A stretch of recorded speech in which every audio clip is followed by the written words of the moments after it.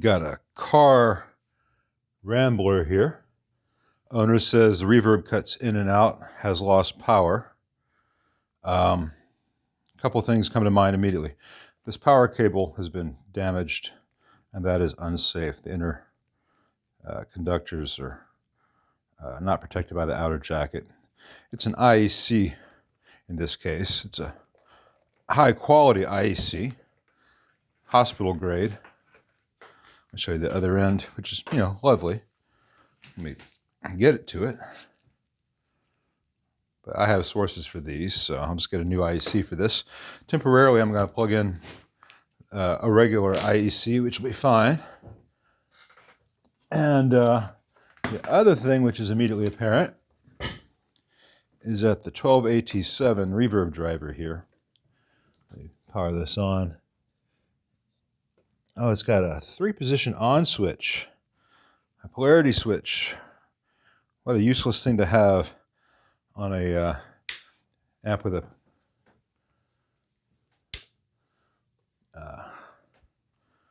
grounded power cable. But it's not powering on, or at least I don't know if it's not powering on. I'm not getting anything because the maybe a bad bulb there. Anyway, well, I'll look at that in a second.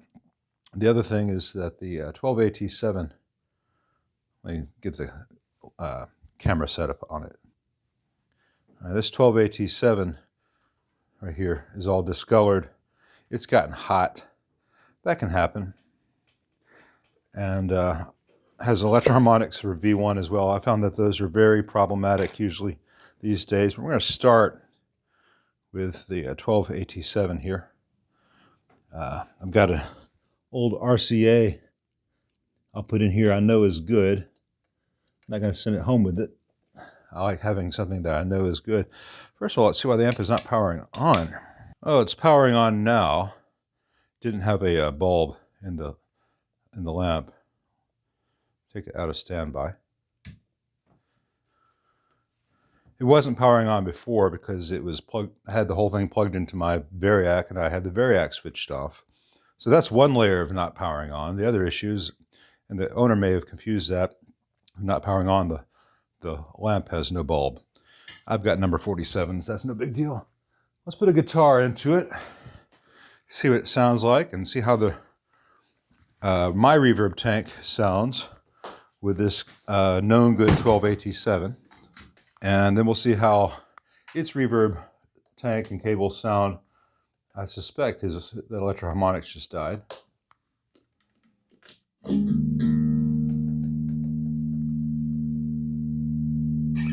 So this is fairly Fender-like. It's got volume, I'll point to them, volume, treble, middle, bass, reverb, speed and intensity. So I've got the reverb off.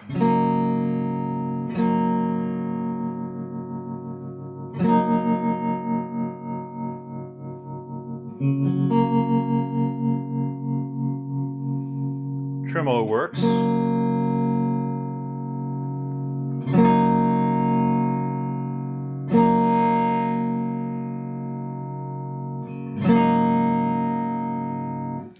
So the channel's working well.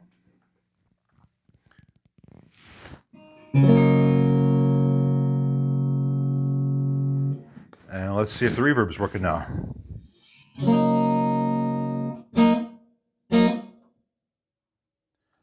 Well, the reverb was working until our neighborhood just lost power. We've had a big change in the weather. It was 80 degrees the other day. It's about 26 right now. We've got ice and snow, and I suspect that either someone just slid into a pole or ice built up on a power line, and we'll see if we have power later. Well, power is back, and with the new AT7, well, the new old AT7, reverb works.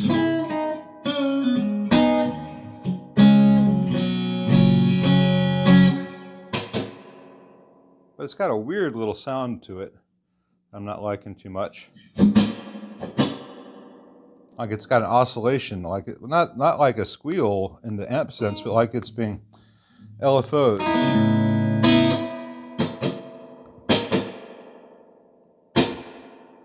like if you were to apply mod to a delay. It's wow, wow, wow, wow, wow, wow, wow, wow. So maybe something else is up with the reverb, or maybe something's up with the reverb and that's what caused that other tube to be unhappy, the electroharmonics. We're going to test that assumption. We're going to put the EH back in. My God, that RCA got hot. Hotter than it should. I know an RCA 12AT7 will typically get hot in a Fender style reverb driver. But I need to, as discolored as the EH is, seems over the top. So it's going to bear some closer inspection. Let's see if it works at all with that EH in there.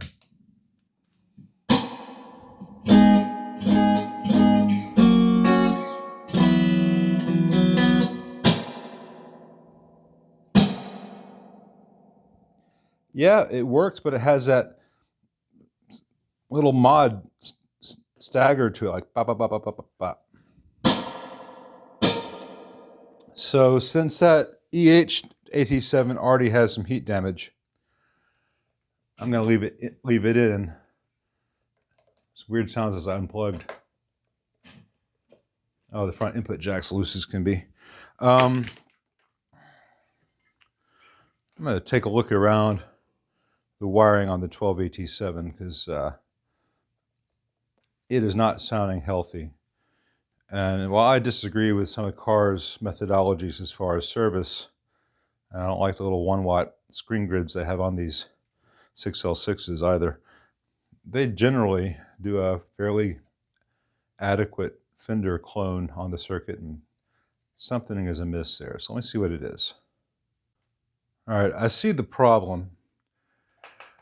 And this is another situation where I say something very objective and empirical on the internet, and people call me all kinds of names because it goes against a brand that they like. I made very factual criticisms of the Marshall Origin 20 putting 2.1 and greater watts across a 2-watt resistor, and a guy said that I was drunk when I was in that amp, and that I didn't want to like it, and that I've been drinking way too much and I should just shut up because Marshall knows best. Anyway, I'm going to put my foot in my empirical mouth again. This Carr Mercury, is it Mercury? Rambler, sorry. This Carr Rambler is basically a Princeton preamp circuit in terms of a one-channel AB763 application. They don't have the 10 picofarad cap across a 3 or 3.3 meg resistor here like they do in the regular Fenders. They've got a 2.7 meg with no bypass cap. Other than that, the recovery stage is pretty much exactly that of the Fender, and the mixing is exactly that. But when they did the driver stage, they emulated some silver face mistakes that CBS made. I think CBS did it just to save the cost of a bypass cap. On the black panel era AB763, the driver for that would be a 2.2K cathode resistor bypassed with a 25 microfarad cap. Later CBS era amps went down to like 400 something ohms and 600 something ohms to get the same bias pretty much without the bypass cap. But what that does is it biases the tube really freaking hot, and the AT7s in those amps, the later 70s amps, tend to fail. And the correct fix for that is to put in a 2.2K bypass with a 25 microfarad. In this case, it'll be 22. And this AT7 will run a lot cooler, and hopefully the next tube that goes in here will not get baked like this one did. You can see the discoloration. And I'm going to put in a different tube than this Sovtech for V3 and see if that weird fluttery sound on the reverb goes away. So I've got a little bit of minor work to do. It's always fun with these true point-to-point terminal strip amps because he likes to wrap the leads multiple times, which means it takes a long time to undo them. without undoing everything else around them. This is copying Leo Fender's circuit and just spitting in the face of Leo Fender's build concepts. He wanted things to be easy to service because he came from a service background. This, I'll just say this has its adherence and it has its adhesive. All right, the only tube that's been changed is V2. That Electro-Harmonix that got too hot is out. I've got the RCA in there for now. I'll get something better in there, and I'll talk to the owner if he wants to upgrade some of these Electro-Harmonix and Sovtex. The Electro-Harmonix in V1 is a little bit microphonic. Since changing that out, the AT7 doesn't get nearly as hot, and that weird warble that was there on the decay is gone.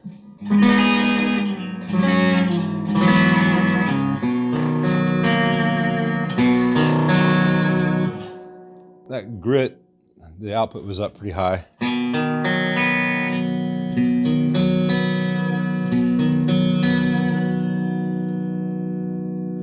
It's got a cathode phase inverter. This is essentially a hard to service Princeton Reverb with 6L6s.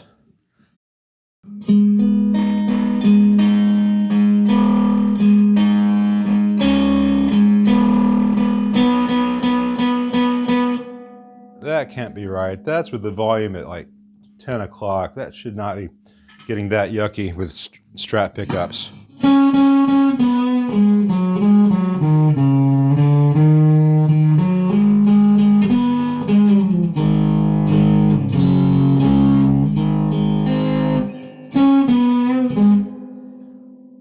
So something's going asymmetrical in the output and not in a cool asymmetry way.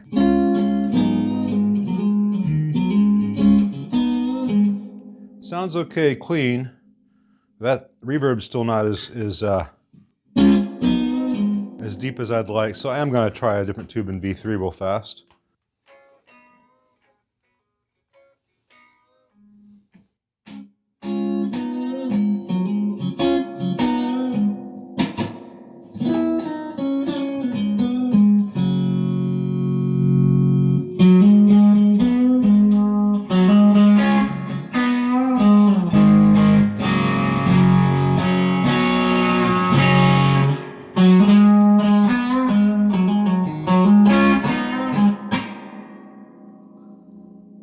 Well, two things. With the different tube in V3, this is a Mullard 47 CV4004. The reverb's a little bit deeper, and that nasty sound is gone on the output. It's still not what I would consider great, but it's better. And we've got an EH in V1, which tends to be kind of crappy. And what's in the phase inverter spot here? Another EH. So I'm going to change those out real fast and talk to the owner. I suspect that this amp would benefit greatly from some new preamp tubes all around.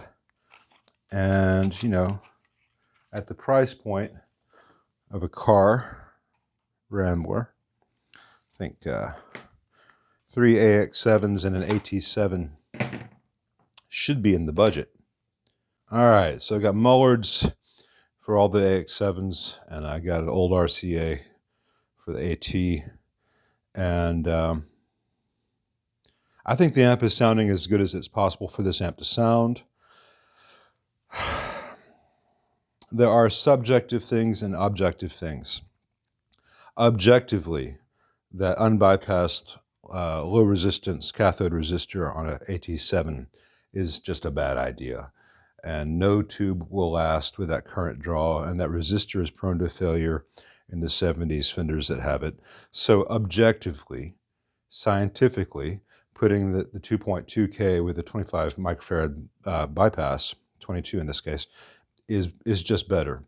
Gives the sound that you want with longer tube life, less heat overall, less chance of component failure. The other issues I have with this amp are pretty much subjective, where it doesn't quite do it for me based on Fenders I've played and similar amps I've played and amps I've built. But, it sounds pretty good. And that weird, grindy, squashed thing that was happening at above 10 o'clock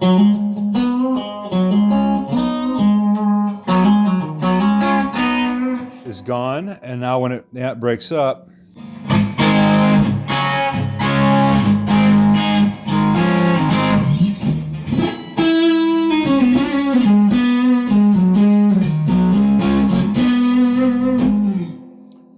it sounds pretty good. That may not sound that great through the lav mic here. But, once I talk to the owner, and hopefully he'll approve all new tubes for this, get the new tubes in, because these mullards that I put in here are actually from another amp, and I'm not letting go of this RCA 12AT7. I'll do a real playing video with a real mic, and you'll get to hear what this thing really sounds like. So I'm not the hugest fan of this from a build perspective, which is objective, and from a tone perspective, which is subjective. But it's not my job to make every amp sound the way I want. With known good tubes, this amp is sounding as it was designed. Objectively, this was the right thing to do to fix the cathode on the Reverb driver. I used a Vishay bypass cap opposed to the Nishikans that are in here because the Nishikans are no longer being made. So I'm not going to find a 5-6-year-old cap just to match. The Vishay's a great quality cap, very high quality, better quality than these Nishikans that are in here. So I did it with a carbon comp resistor with a high quality bypass cap in the spirit of the rest of the build, and I think everyone should be happy. So I'm going to stop here and talk to the owner, let him know that aside from hopefully spending some money on some new tubes, it's going to be a very inexpensive repair, and the amp should sound even better and work even better in the future than it did when new. So, good place to stop.